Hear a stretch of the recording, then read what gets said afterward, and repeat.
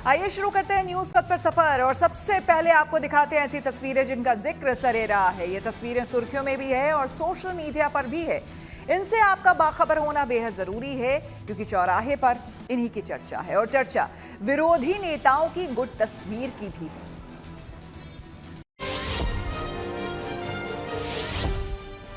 संसद भवन में अंबेडकर जयंती के मौके पर लोकतंत्र के शानदार तस्वीर नजर आई। दरअसल यहाँ बीजेपी, कांग्रेस और दूसरे दलों के नेता खुशमिजाजी से मिलते दिखाई दिए। इस दौरान कांग्रेस नेता राहुल गांधी और दिल्ली की सीएम रेखा गुप्ता मंच पर अगल बगल बैठे। सीएम ने उन्हें नमस्कार किया, साथ ही उनके बीच कुछ बातचीत भी हुई। इससे पहले केंद्रीय मंत्री किरेन रिजिजू, अर्जुन राम मेघवाल, मल्लिकार्जुन खड़गे और राहुल गांधी एक दूसरे से हंसी मजाक करते दिखाई दिए। वहीं रेखा गुप्ता ने भी सोनिया गांधी का अभिवादन किया और उनसे बातचीत की। संसद भवन में इन सभी नेताओं ने बाबा साहेब अम्बेडकर की तस्वीर पर पुष्प अर्पित कर अपनी श्रद्धांजलि दी।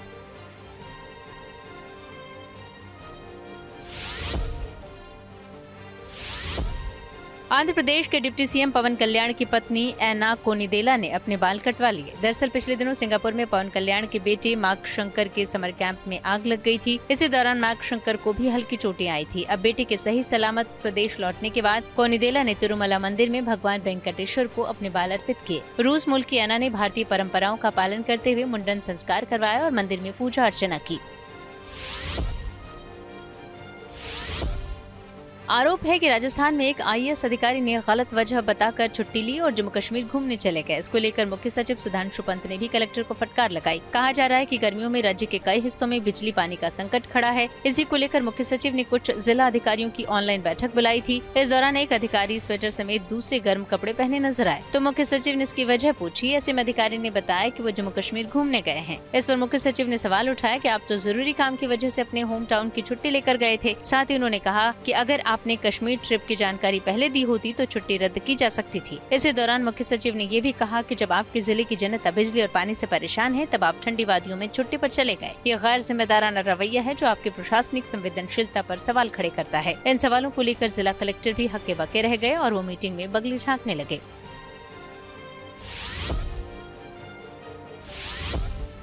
महाराष्ट्र में चंद्रपुर के विधायक किशोर जोरगेवार ने एक नेक पहल की जो सुर्खियों में आ गई। दरअसल जो गरीब छात्र कोचिंग नहीं ले सकते उनके लिए किशोर जोरगेवार ने अम्मा की पढ़ाई नाम का अभियान चलाया है। इस पहल के तहत मेधावी छात्रों के चयन के लिए एक परीक्षा का आयोजन किया गया जिसमें 3000 छात्रों ने 4 कॉलेजों में परीक्षा दी। इस परीक्षा से चुने गए गरीब छात्रों को समय समय पर निःशुल्क कोचिंग, प्रतियोगी परीक्षा मार्गदर्शन, शैक्षणिक सामग्री और करियर मार्गदर्शन किया जाएगा। बताया गया कि विधायक किशोर जोरगेवार अपनी मां की याद में ये अभियान चला रहे हैं।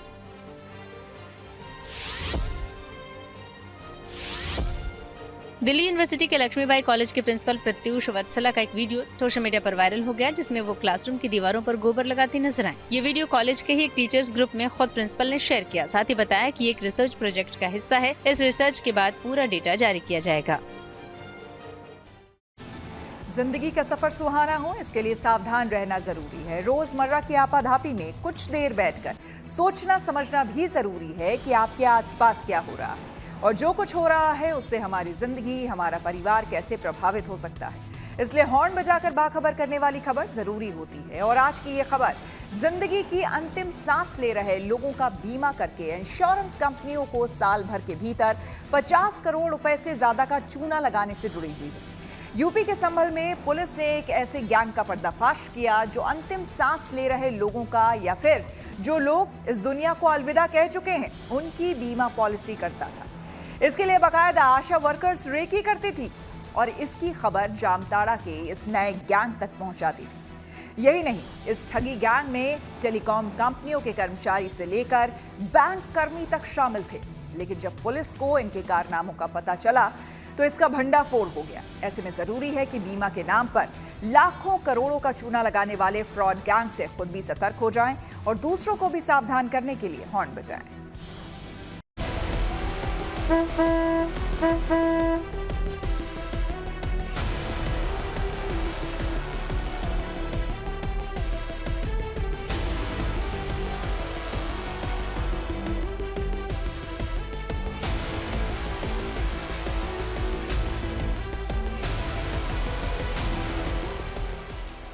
यूपी की संभल पुलिस की गिरफ्त में आए ये लोग नए जामताड़ा के वो ठग हैं जिन पर आरोप है कि इन शातिरों ने जिंदगी की अंतिम सांस ले रहे लोगों का बीमा करके साल भर के भीतर बीमा कंपनियों को 50 करोड़ रुपए से ज्यादा का चूना लगा दिया।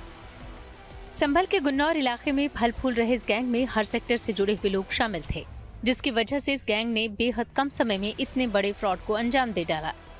जानकारी के मुताबिक इस गैंग में शामिल लोग ग्रामीण इलाकों में रहने वाले ऐसे लोगों को अपना निशाना बनाते थे जो गंभीर बीमारी से पीड़ित होने से जिंदगी की अंतिम सांसें ले रहे हों या फिर जिनकी हाल फिलहाल में मौत हो चुकी हो। संभल के एसपी के बिश्नोई की अगुवाई में आईपीएस अनुकृति शर्मा की टीम ने बीमा पॉलिसी गैंग के नेक्सस का भंडाफोड़ किया, जिसमें अब तक 25 लोगों की गिरफ्तारी भी हो चुकी है।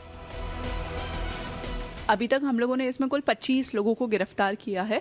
इसके अंदर जैसे ये इन्वेस्टिगेटर्स हो गए, इसके अलावा हम लोगों ने येस बैंक के डिप्टी मैनेजर्स को जेल में भेजा है अनूप शहर के। ये लोग ना ही सिर्फ फर्जी तरीके से इन लोगों ने बैंक के खाते खुलवाए थे, परंतु जब बीमा का पैसा आ जाता है और जब हमने बैंक खातों की डिटेल्स को जब एनालाइज किया तो उसमें पाया कि सेल्फ चेक से 5-5, 6-6 लाख रुपए निकले हैं।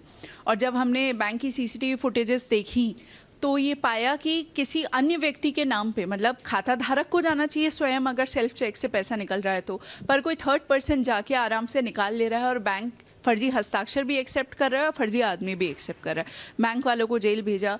बैंक अकाउंट से जो मोबाइल नंबर लिंक थे वो भी फर्जी तरीके से ब्लैक में सिम्स खरीदी गई थी। तो जिन दुकानों से खरीदी गई थी उन दुकानों को भी भेजा क्योंकि वो ब्लैक में सिम बेच रहे थे। आशा वर्कर को हमने इसके अंदर जेल भेजा है। ईस्ट इंडिया इन्वेस्टिगेशन कंपनी के मालिक को हमने जेल भेजा है। कई दलालों को हमने इसमें जेल भेजा। इस गैंग में शामिल आशा वर्कर्स के जरिए गंभीर बीमारियों से जूझ रहे मरीज या जिनकी हाल में मौत हो गई हो, उनकी सूचना इकट्ठा करके गैंग के दूसरे सदस्यों को उसकी जानकारी दी जाती थी।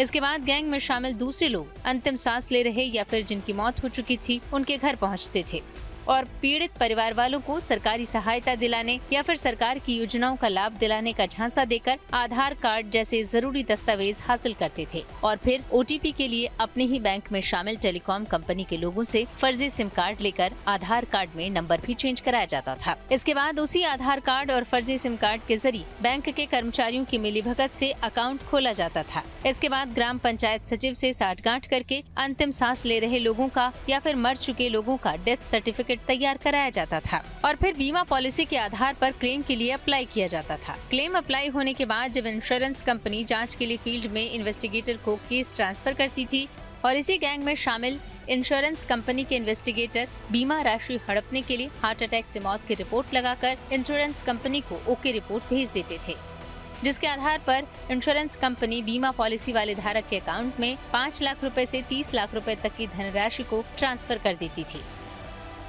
इसके बाद इंश्योरेंस का पैसा अकाउंट में आते ही ये गैंग बैंक कर्मचारियों से संपर्क करता था और 24 घंटे के अंदर ही सेल्फ चेक के आधार पर पैसे को अकाउंट से निकाल लिया जाता था। हम लोगों ने जितनी भी बीमा कंपनी है मेजर उन सभी से पत्राचार किया था और उनसे हमने मैंने सिर्फ 1 साल की डिटेल मांगी थी क्योंकि मुझे डेटा इतना ज़्यादा आ जाएगा तो हम लोग कैसे काम करेंगे। तो 10 कंपनी से हमने ये उन पॉलिसीज़ का डेटा लिया था जिसमें पॉलिसी शुरू कराने से लेकर, मतलब उसे कहते हैं RCD, रिस्क कमेंसमेंट डेट, और डेट ऑफ डेथ, जिस दिन वो व्यक्ति मरा है उसमें अगर 1 साल से कम का गैप है, मतलब कोई आदमी पॉलिसी कराने के 1 साल के अंदर मर जा रहा है, उसकी हमें आप डिटेल्स दीजिए। तो हमने उन सारी डिटेल्स को एनालाइज किया और उनमें हमने फोकस किया हार्ट अटैक से मरने वाले लोगों पे, क्योंकि क्या करते थे कि अगर कैंसर से मरा है और अगर कैंसर दिखा देंगे तो बीमा का पैसा नहीं मिलेगा। उन सब लोगों को हार्ट अटैक से या नेचुरल डेथ दिखाते थे।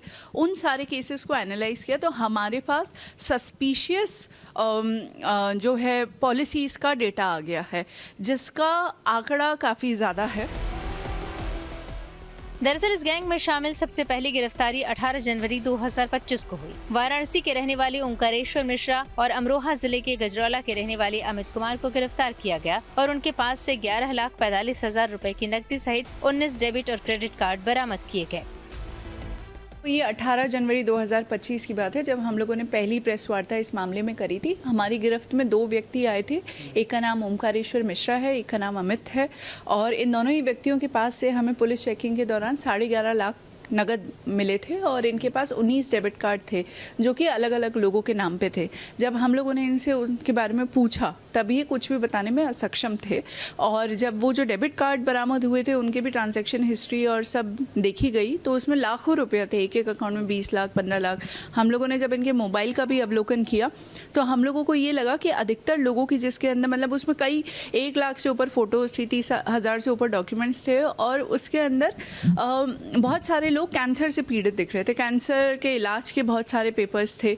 तो धीरे धीरे ये समझ में आने लगा कि ये लोग बीमा का कुछ काम करते हैं। जब हम लोगों ने फिर इनसे पूछताछ करी और जिन लोगों की फ़ोटो हमें मोबाइल में दिख रही थी और जो हमारे आसपास के क्षेत्रों के थे, जब हम उनके पास पहुँचे तो हमें इस पूरे फ्रॉड का आइडिया लगा और ये समझ में आया कि ये एक ऐसा गिरोह है जो कि उन लोगों को टारगेट करता है जो किसी भी बीमारी वश, भले ही वो कैंसर हो, टीबी हो या लिवर का बीमारी हो, उसकी वजह से जल्दी ही मरने वाले हैं।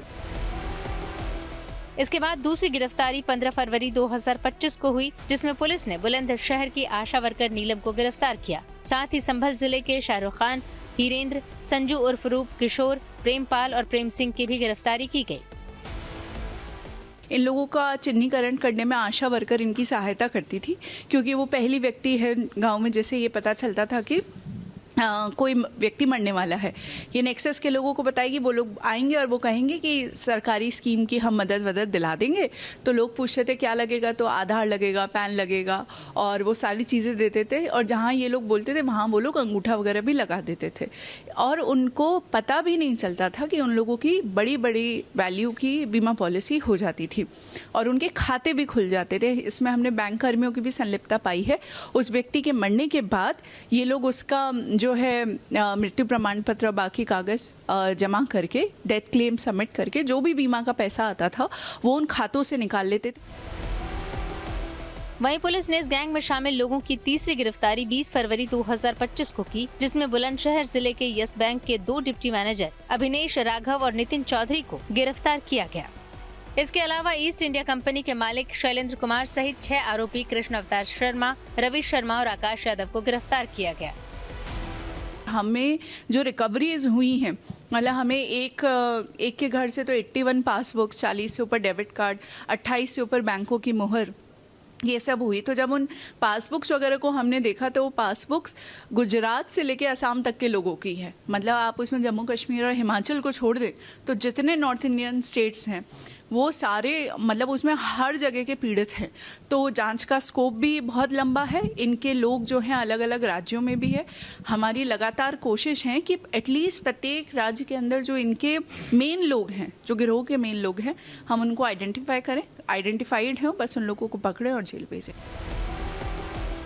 जाहिर है जिंदगी के अंतिम सांस ले रहे लोगों का या फिर इस दुनिया से रुखसत हो चुके मृतकों का बीमा करके फ्रॉड गैंग ने बीमा कंपनियों से 50 करोड़ रुपए से ज्यादा की रकम ऐंठ ली। ऐसे में जरूरी है कि बीमा के नाम पर लाखों करोड़ों का चूना लगाने वाले फ्रॉड गैंग से खुद सतर्क हो जाएं और दूसरों को भी सावधान करने के लिए हॉर्न बजाएं।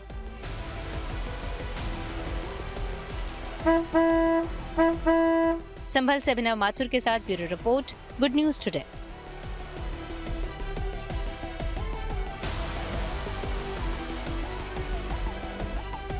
पंजाब में ग्रेनेड वाले बाजवा के बयान पर एफआईआर से भड़की कांग्रेस। राज्य की भगवंत मान सरकार पर उठाए सवाल। आइए सीधे आपको लिए चलते हैं न्यूज एक्सप्रेसवे पर, जहां देश भर की कुछ और जरूरी खबरें कर रही हैं आपका इंतजार। हरियाणा के यमुनानगर में पीएम मोदी ने एक रैली की। इस दौरान पीएम से उनके एक बड़े समर्थक भी मिले। पीएम ने बताया कि कैथल के रामपाल कश्यप जी से मिलने का सौभाग्य मिला। इन्होंने 14 वर्ष पहले एक व्रत लिया था कि मोदी जब तक प्रधानमंत्री नहीं बन जाते और मैं उनसे मिल नहीं लेता तब तक जूते नहीं पहनूंगा। अब पीएम ने उनसे मुलाकात की, साथ ही अपने हाथ से उन्हें जूते भी पहनाए। हालांकि पीएम ने अपने प्रशंसकों की ऐसी भावना का सम्मान किया, लेकिन साथ ही सलाह दी कि इस तरह के प्रण लेने की बजाय किसी सामाजिक अथवा देश हित के कार्य का प्रण लें।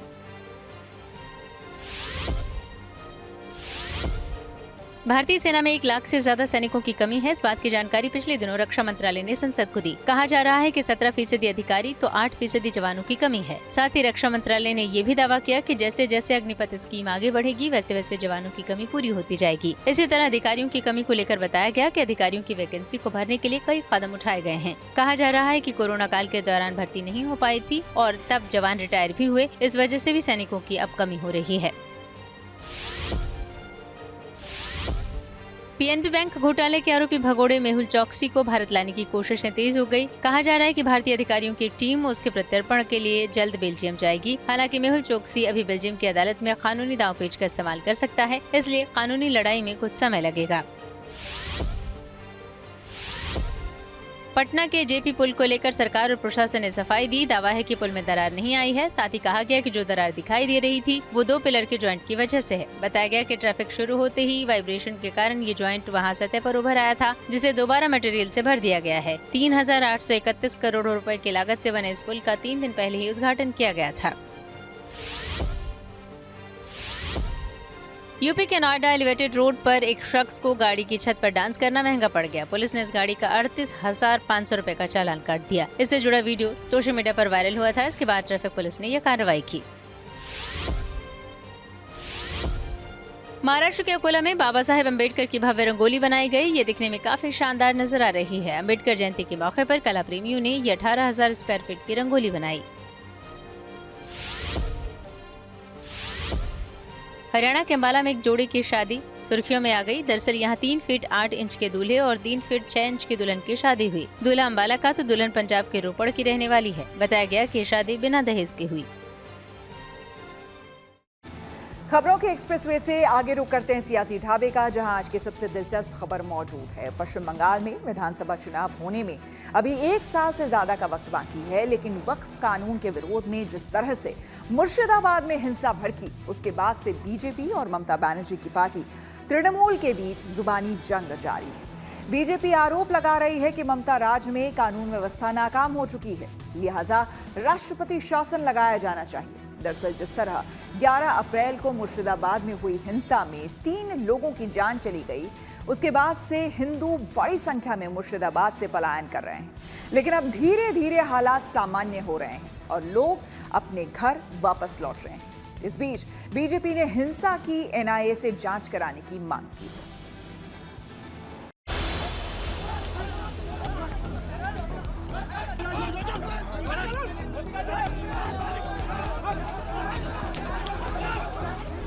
वक्फ कानून के विरोध में पश्चिम बंगाल में सुलगी विरोध की आग बुझ नहीं रही है। इस बीच दक्षिण 24 परगना के बांगर में पुलिस ने इंडियन सेक्युलर फ्रंट के विधायक नौशाद सिद्दीकी के समर्थकों पर लाठीचार्ज कर दिया। सिद्दीकी वक्फ कानून के खिलाफ प्रदर्शन के लिए बांगर से कोलकाता कूच कर रहे थे और पुलिस ने जब काफिले को रोकने की कोशिश की तो प्रदर्शनकारी अड़ गए। पुलिस ने आईएसएफ कार्यकर्ताओं को रोकने के लिए लाठीचार्ज कर दिया। उधर पूरे मुर्शिदाबाद में भारी सुरक्षा इंतजाम है। केंद्रीय बलों की तैनाती है। पुलिस और सुरक्षा बलों के जवान फ्लैग मार्च कर शांति का संदेश देने की कोशिश कर रहे हैं। मुर्शिदाबाद के सूती इलाके में है और सबसे पहले घटना की शुरुआत यहीं से हुई थी। अभी भी भारी संख्या में फोर्स की तैनाती यहां पर रखी गई है और शुक्रवार के दिन जुमे की नमाज के बाद जब ये शुरुआत हुई तो सबसे पहले इसी इलाके में प्रदर्शनकारियों के साथ पुलिस की हिंसा भड़की और यहां से 10 किलोमीटर दूर शमशेरगंज है जहां पर असली बवाल हुआ। लेकिन इसके पीछे की कहानी जो पुलिस के इन्वेस्टिगेशन में सामने आ रही है, अब एसडीपीआई का हाथ इसमें जो सामने आ रहा है, उसमें सबसे बड़ी बात है कि जो वक्फ विधेयक था उसके खिलाफ लगातार एक मुहिम चलाई गई पूरे मुर्शिदाबाद इलाके में एसडीपीआई की ओर से। जांच में यह भी खुलासा हो रहा है कि एसडीपीआई के सदस्य घर घर जाकर खासतौर पर 10, 11, 12 साल की उम्र के बच्चों को टारगेट कर रहे थे और उनसे कह रहे थे कि आपको इसके खिलाफ सड़कों पर उतरना है, आंदोलन करना है। इस सब के बीच प्रदेश की कानून व्यवस्था और मुर्शिदाबाद से लोगों के पलायन को लेकर राजनीति भी गर्मा गई है। बीजेपी लगातार ममता सरकार को घेर रही है। बीजेपी पश्चिम बंगाल में राष्ट्रपति शासन लागू करने की मांग करने लगी है। चुनाव का दौरान ईसीआई को बंगाल में प्रेसिडेंट रूल्स के अंदर चुनाव कराना चाहिए, नहीं तो यहाँ का राजीव कुमार, मनोज वर्मा ये पुलिस नहीं है, ममता की कैडर है। हम लोग जिहादी का साथ लड़ने के लिए तैयार है। जो करना है करूंगा, न्यूटन का थर्ड लॉ है, लेकिन पुलिस को न्यूट्रल करना पड़ेगा। ईसीआई के जो कुछ ऐसे संगठन जो कि नफरत फैलाते हैं, जो कि दंगे फसाद कराते हैं, उनको क्यों इजाज़त दी जाती है कि वे जुलूस के रूप में डीजे लगाकर मस्जिदों के सामने से निकलें? ये प्रशासन क्यों मंजूरी देता है? नहीं देना चाहिए। यदि आप देखेंगे तो सुप्रीम कोर्ट की गाइडलाइन है, उसका पालन नहीं हो रहा है। वहीं कांग्रेस सांसद इमरान मसूद ने हैदराबाद में ऑल इंडिया मुस्लिम मिल्ली काउंसिल के एक कार्यक्रम में वक्फ कानून पर कह दिया कि उनकी सरकार आएगी तो वो वक्फ कानून को फाड़ कर फेंक देंगे। तो बीजेपी ने भी पलटवार किया।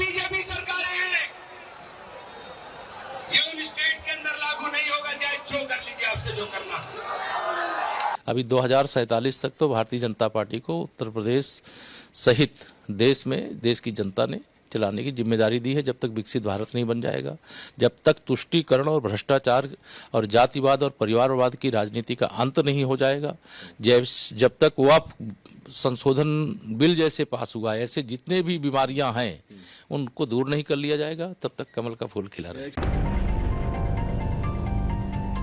मुख्यमंत्री ममता बनर्जी कह चुकी हैं कि वो अपने राज्य में वक्फ कानून लागू नहीं होने देंगी। तो पड़ोसी राज्य झारखंड में झारखंड मुक्ति मोर्चा भी कह रही है कि वो भी वक्फ कानून को लागू नहीं होने देगी। अब झारखंड के ही एक मंत्री हफीजुल हसन ने कहा कि संविधान से ज्यादा शरीयत जरूरी है। शरीयत मेरे लिए बड़ा, ठीक है। हम कुरान सीने में रखते हैं और हाथ में रखते हैं संविधान। मुसलमान कुरान सीने में और हाथ में संविधान लेके चलता है, ठीक है। तो हम पहले शरीयत को पकड़ेंगे, इसके बाद संविधान को। शरीयत वालों ने एक अपना स्थान अल्लाह के नाम पर बनाया था कि उसका नाम पाकिस्तान है। तो पाक स्थान था तो चले जाना चाहिए था। वो ऐसे जितने लोगों को शरीयत से चलना था वो पाकिस्तान चले गए, जिन्हें शरीयत से चलना था कुछ लोग बचे थे बांग्लादेश चले गए। जो संविधान से चलने वाले थे, जो हिंदुस्तान से चलने वाले थे, वो इस देश में रहे। अभी भी कम से कम जरूरत है तो उनका वीजा बनवा दिया जाता है, वो चले जाओ वहाँ। हालांकि जब हफीजुल हसन के बयान पर बवाल मचा तो यू टर्न ले लिया। वक्फ कानून पर कांग्रेस समेत विपक्षी दल केंद्र को घेर रहे हैं और मोदी सरकार पर मुसलमानों का हक छीनने का आरोप लगा रहे हैं। सोमवार को हरियाणा की रैली में प्रधानमंत्री मोदी ने कांग्रेस पर तुष्टीकरण की राजनीति के लिए वक्फ कानून बदलने का आरोप लगाते हुए तीखा हमला किया। वक्फ के नाम पर लाखों हेक्टेयर जमीन पूरे देश में है और आज ईमानदारी से उसका उपयोग हुआ होता तो मेरे मुसलमान नौजवानों को साइकिल के पंक्चर बनाकर के जिंदगी नहीं गुजारनी पड़ती। सैकड़ों विधवा मुस्लिम महिलाओं ने भारत सरकार को चिट्ठी लिखी, तब जाके कानून की चर्चा आई है। वक्फ कानून में बदलाव के बाद अब ये गरीबों से जो लूटा जा रहा है वो बंद होने वाला है। लेकिन जिस तरह से पिछले कुछ समय में इंटरनेशनल साजिश का खुलासा हो रहा है वो वाकई हैरान करने वाला है। नागपुर में औरंगजेब विवाद में सीमा पार से हिंसा का कनेक्शन सामने आया तो अब मुर्शिदाबाद में भी बांग्लादेशी चरमपंथी संगठनों पर हिंसा भड़काने के आरोप लग रहे हैं।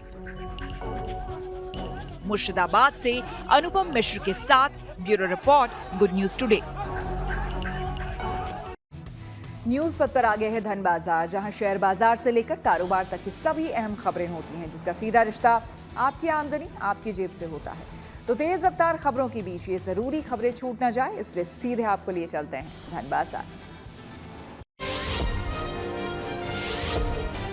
अब ट्रैफिक नियम तोड़ने पर चालान सिर्फ फोटो से नहीं बल्कि वीडियो सबूत से होगा। केंद्र सरकार ने एक नया SOP यानी स्टैंडर्ड ऑपरेटिंग प्रोसीजर जारी किया है। इसके तहत ट्रैफिक नियमों की निगरानी ऑटोमेटिक कैमरों से की जाएगी। नई SOP के मुताबिक चालान जारी करने के लिए अब कैमरे कम से कम 1 सेकंड और ज्यादा से ज्यादा 10 सेकंड तक की वीडियो रिकॉर्डिंग करेंगे। इसमें गाड़ी का नंबर, लोकेशन, तारीख और समय जैसी सारी जानकारी साफ दिखाई देनी चाहिए, और वो भी बिना किसी ब्लर या धुंधलेपन के। Volkswagen इंडिया ने अपनी नई फ्लैगशिप SUV टिगवान R लाइन को भारतीय बाजार में लॉन्च कर दिया। कंपनी ने इसे बियॉन्ड बेटर थीम के तहत पेश किया है। इस SUV की कीमत 49 लाख रुपए रखी गई है। इसकी डिलीवरी 23 अप्रैल से शुरू होगी। न्यूज पथ के सफर में अब सोशल अड्डा का रुख करते हैं, जहां आज बात होगी देश के मिडिल क्लास की। मिडिल क्लास देश की आबादी का एक बड़ा हिस्सा है और माना जा रहा है कि अगले 5 साल में देश की आधी आबादी से अधिक मिडिल क्लास बन सकती है। कल्चरल स्ट्रैटेजी फर्म फोक फ्रीक्वेंसी की रिपोर्ट में दावा किया गया है कि साल 2030 तक भारत में आधी से ज्यादा मिडिल क्लास आबादी होगी। दरअसल आबादी को आमतौर पर 3 कैटेगरी में बांटा जाता है: अपर क्लास, मिडिल क्लास और लोअर क्लास। साल 2024 में लगाए गए अनुमान के मुताबिक भारत में 10 करोड़ से अधिक लोग अपर क्लास यानी कि संपन्न परिवारों की श्रेणी में आते हैं। अपर क्लास में शामिल व्यक्ति की सालाना आय 9 से 12 लाख रुपए से अधिक हो सकती है। इसके बाद मिडिल क्लास परिवारों का नंबर आता है। आमतौर पर ऐसे परिवार 3 से 12 लाख रुपए सालाना आय वाले होते हैं। अगर एक परिवार में 4 सदस्य हैं और प्रति व्यक्ति सालाना आय 2.5 लाख रुपए है, तो पूरे परिवार की आय 10 लाख होगी, जो कि मिडिल क्लास परिवार कहलाएगा। मिडिल क्लास से नीचे के लोग लोअर क्लास में आते हैं, जिनकी सालाना आय 3 लाख रुपए से भी कम है। एक अनुमान के मुताबिक देश में कम से कम 80 करोड़ लोग लोअर क्लास कैटेगरी में आते हैं, जो कि देश की आधी आबादी से अधिक है। हालांकि अब नई रिपोर्ट में दावा किया गया है कि साल 2030 तक मिडिल क्लास परिवारों की संख्या देश की आधी आबादी से अधिक हो जाएगी। रिपोर्ट के मुताबिक शिक्षित होने की वजह से कई लोग पीढ़ियों से चली आ रही गरीबी से बाहर निकल रहे हैं। वे अपने परिवार में पढ़े लिखे होने वाले पहले शख्स बनकर मजदूरी करने के बजाय पेशेवर ढंग से नौकरी कर रहे हैं। भारत में साक्षरता बढ़ने से गरीबी में कमी आई है। साल 2011 में 22.5% गरीबी थी, जो कि 2019 में कम होकर 10.2% तक पहुंच गई है। रिपोर्ट में ये भी कहा गया है कि अब उपभोग की चीज़ों में भी बदलाव देखने को मिल रहा है। आज लोग सिर्फ जरूरत की चीजें नहीं खरीदते, बल्कि वे बेहतर अनुभव वाली प्रीमियम लाइफस्टाइल की ओर बढ़ रहे हैं। और यही वजह है कि कैजुअल डाइनिंग में 49% और फाइन डाइनिंग में 55% की बढ़ोतरी देखी गई है। रिपोर्ट ने यह भी संकेत दिया है कि महिलाएं आर्थिक शक्ति के रूप में सामने आ रही हैं। देश में आधे से अधिक मेडिकल स्टूडेंट्स लड़कियां हैं और 14% बिजनेस का नेतृत्व महिलाएं कर रही हैं। रिपोर्ट के मुताबिक ये आज की 25 साल से कम उम्र की Z या फिर Z और अल्फा जनरेशन है, जो कि उपभोग के क्षेत्र में प्रभावशाली भूमिका अदा कर रही है। ऐसे में बढ़ता हुआ मिडिल क्लास, महिला सशक्तिकरण, डिजिटल चीज़ों की मांग, नई सोच और अनुभव के आधार पर उपभोग करने वाली युवा पीढ़ी, ये सभी भारत को एक नई दिशा में आगे बढ़ाने के लिए काम कर रहे हैं। देश में मिडिल क्लास की बढ़ती आबादी को लेकर हमने कुछ लोगों से बात की और उनकी राय जानी। देश की जनता का जीवन स्तर ऊपर करने के लिए तमाम प्रयास सरकारों द्वारा किए जा रहे हैं। एक रिपोर्ट भी आई है जिसमें यह कहा गया है कि 2030 तक देश की आधी आबादी यानी 50% आबादी मध्यम वर्गीय परिवार में तब्दील हो जाएगी। देखिए, रिपोर्ट बहुत ही शोध के बाद कोई आता है, और अगर ऐसी कोई रिपोर्ट आई है तो निश्चित रूप से इसमें सकारात्मक पक्ष होगा। वैसे हम लोग अगर स्वाभाविक रूप से देखें तो गाँव में जिस तरह की सुविधाएं पहुंची हैं, गांव में जिस तरह से आईटी विकसित हुआ है, गांव में इंटरनेट से जुड़ी हुई सुविधाएं बढ़ी हैं, गांव में काम बढ़ा है, गांव से पलायन रुका है। सबसे बड़ी बात, गांव से पलायन रुका है। अब गांव और शहर का बहुत मतलब नहीं रह गया है। अब शहर से उल्टे वापस गांव में लोग आकर के छोटे छोटे उद्योग स्थापित कर रहे हैं। देखिए, भारत का जो मैक्सिमम जनसंख्या है वो अभी भी गाँव में बसता है, या यूं कहें कि बड़े शहरों से छोटे शहर की तरफ ज्यादा लोग रहते हैं। जिस तरीके से इस समय हमारे सरकार की योजनाएं चल रही हैं, चाहे वो बैंक से लोन से संबंधित हो या व्यवसाय को बढ़ावा देने से संबंधित हो या कौशल विकास को बढ़ावा देने से संबंधित हो। साथ ही साथ गांव में शिक्षा का भी स्कूल सुगमता से उपलब्ध हुए हैं गांव में पिछले कई वर्षों में देखा जाए तो इन सब का प्रभाव निश्चित रूप से इस पे प्रभाव डालेगा। तो रिपोर्ट जहां तक लग रहा है कि इसका असर दिखेगा, ये सही रिपोर्ट होगी। सबसे पहले तो ये स्पष्ट हो जाए कि मध्यम वर्ग क्या है। तो जिनकी वार्षिक आय 5 लाख से लेकर 30 लाख के बीच में है वो मध्यम वर्ग में आते हैं। तो मध्यम वर्ग में आने से परचेजिंग पावर बढ़ेगी तो मार्केट में डिमांड आएगी तो सप्लाई आएगी तो मार्केट बड़ा होगा और ये मनी रोटेट होगी तो हर हाथ में पैसा पहुंचेगा। तो ये बहुत सकारात्मक आपने न्यूज़ दी है कि मिडिल क्लास में बहुत ज़्यादा संख्या आ रही है, बढ़ रही है और अगले 2030 में लगभग 50% जनसंख्या मिडिल क्लास में आएगी। तो इससे ये होगा कि हमारी जो जीडीपी है वो बढ़ेगी और इन सब चीज़ों से देश एक विकसित देश की तरफ आगे बढ़ेगा। जो हम मध्यम वर्गीय परिवारों को छूट मिल रही है, इससे हमारी खपत की पावर बढ़ रही है और हम अधिक चीज़ों का यूज कर पा रहे हैं और उसको यूज करने से हमारी प्रोडक्शन क्षमता अधिक हो रही है और प्रोडक्शन जब अधिक होगी तो नौकरी भी अधिक मिलेगी, जब नौकरी अधिक मिलेगी तो फिर खपत भी अधिक होगी। साइबर सेल का डिजिटल ठगी को लेकर अलर्ट जारी। टेक्नोलॉजी से जुड़ी ऐसी ही हर एक जरूरी खबर को जानने समझने के लिए आइए आपको लिए चलें डिजिटल गैलरी। गुरुवार से अंतरिक्ष में सदियों बाद खास नजारा देखने को मिलेगा। दरअसल खगोल वैज्ञानिकों को रात के अंधेरे में आसमान से उल्का बारिश का बेसब्री से इंतजार है। नासा के मुताबिक शुरू में ये बारिश धीमी रहेगी, फिर 21 और 22 अप्रैल को तेज चमचमाती नजर आएगी। ये सिलसिला 26 अप्रैल तक जारी रहेगा। बताया जा रहा है कि इससे पहले ऐसी उल्का बारिश 2700 साल पहले हुई थी। गिबली ट्रेंड के बाद अब एक नया बारबी ट्रेंड सोशल मीडिया पर वायरल हो गया। एआई चैट जीपीटी से लोग बारबी डॉल की तरह अपनी तस्वीरें क्रिएट कर रहे हैं। ये Barbie style art social media पर लोगों के बीच चर्चा का विषय बनी हुई है। कई लोगों को अपनी ऐसी तस्वीरें बनाना काफी पसंद आ रहा है। आइए रुख करते हैं प्रगति मार्ग का, जहां ऐसी खबरें हैं जो कि देश की तरक्की, प्रगति और लोगों की काबिलियत दिखाती है। यहाँ आज बात उत्तर प्रदेश के प्रयागराज के एक विधायक की नेक पहल की करेंगे, जिनकी कोशिशों से सरकारी स्कूल स्मार्ट स्कूलों में बदल रहे हैं। सरकारी स्कूलों में पढ़कर निकले करछना विधानसभा सीट से विधायक पीयूष रंजन निषाद अपने विधायक फंड का ज्यादातर हिस्सा शिक्षा पर खर्च कर रहे हैं, ताकि सरकारी स्कूलों की हालत बदले।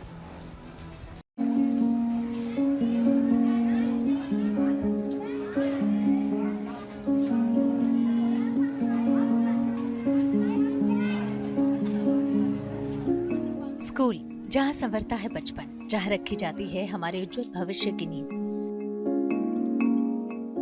स्कूल ही वो पहली सीढ़ी है जहाँ से हम भरते हैं अपने सपनों की ऊंची उड़ान। कुछ इसी सोच के साथ प्रयागराज के करेहा इलाके में इस सरकारी स्कूल का कायाकल्प हुआ है। करछना विधानसभा सीट से विधायक पीयूष रंजन निषाद ने अपने विधायक फंड से इस स्कूल में स्मार्ट क्लासेस की सुविधा शुरू की है। पर बात बस इतनी सी नहीं है। कोशिश करछना विधानसभा क्षेत्र के सभी 248 स्कूलों की तस्वीर बदलने की है। इस पर अमल भी शुरू हो चुका है। उनकी माने तो उनके विधानसभा के करीब 30 सरकारी स्कूलों में स्मार्ट क्लासेस शुरू हो चुके हैं और जल्द ही बाकी स्कूलों में भी स्मार्ट बोर्ड लग जाएंगे। और सिर्फ स्मार्ट बोर्ड ही नहीं लगेंगे, बल्कि सभी 248 स्कूलों को एक सॉफ्टवेयर सिस्टम से जोड़ने की भी योजना है। इसमें सीसीटीवी निगरानी, ऑनलाइन मॉनिटरिंग और लाइव फीडबैक जैसी सुविधाएं शामिल होंगी। बेसिक शिक्षा अधिकारी के कार्यालय से भी इन स्मार्ट क्लासों की निगरानी की जाएगी।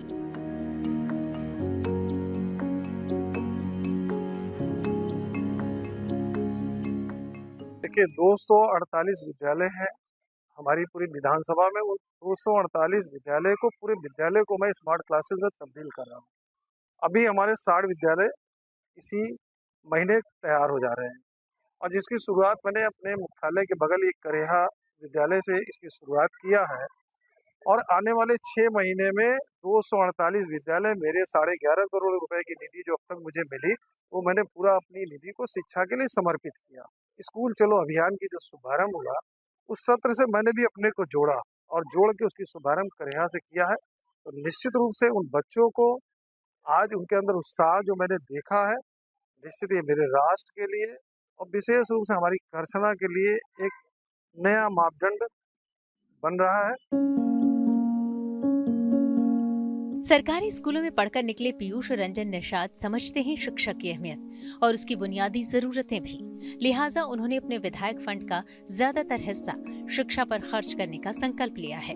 विधायक निधि के 11 करोड़ रुपए से स्कूलों को सुविधा संपन्न बनाने की ठानी है और नए दौर की शिक्षा पद्धति से जुड़कर स्कूल के शिक्षक भी खुश हैं। वो मानते हैं कि इससे न सिर्फ सरकारी स्कूलों को लेकर लोगों की अवधारणाएं बदलेंगी, बल्कि पढ़ाई में बच्चों की दिलचस्पी भी बढ़ेगी। लेकिन एक जो जनमानस में एक धारणा व्याप्त है कि यहाँ पढ़ाई नहीं होती, उसको बदलने में ये बहुत अहम काम करेगा। और जैसे कि सुविधा स्मार्ट क्लास की वजह से बढ़ी गई है, बच्चों के प्रति एक उत्साह है, ऑडियो विजुअल है, इक्विपमेंट है, एनिमेशन के माध्यम से इनकी शिक्षा है, तो कई तरह की चीज़ें हैं जो कि बदलाव आ रहा है। तो इससे हमारा एडमिशन भी बढ़ेगा, बच्चों में जो है और आकर्षण होगा, जिससे कि वे ज़्यादा से ज़्यादा स्कूल की तरफ आकर्षित होंगे। बच्चे भी स्कूल में इस नई तकनीक के आने से खुश हैं। स्मार्ट टीवी आ गया है, स्मार्ट क्लास हो गया है, तो अब अच्छा लगता है, अब सही है। अब कैसा लगता है, दिन कैसा लगता है? सर बहुत अच्छा लगता है, पढ़ने में मन भी लगता है। बच्चों के मुस्कुराते चेहरे बता रहे हैं कि वो इस बदलाव से बेहद खुश हैं। जहाँ एक और जिस स्कूल में बच्चे आना नहीं चाहते थे, जब से ये शिक्षा में बदलाव आया, स्मार्ट क्लासेस आई, बच्चों का भी रुझान शिक्षा के प्रति बढ़ गया है। यानी शिक्षा भी बदली, बच्चे भी बदले और सरकारी स्कूल के स्तर भी बदल गए। आनंद राज, प्रयागराज। साथ न्यूज पथ में मेरे यानी कि श्वेता झा के साथ फिलहाल इतना ही। देश दुनिया की तमाम पॉजिटिव खबरों के लिए आप देखते रहिए गुड न्यूज टुडे।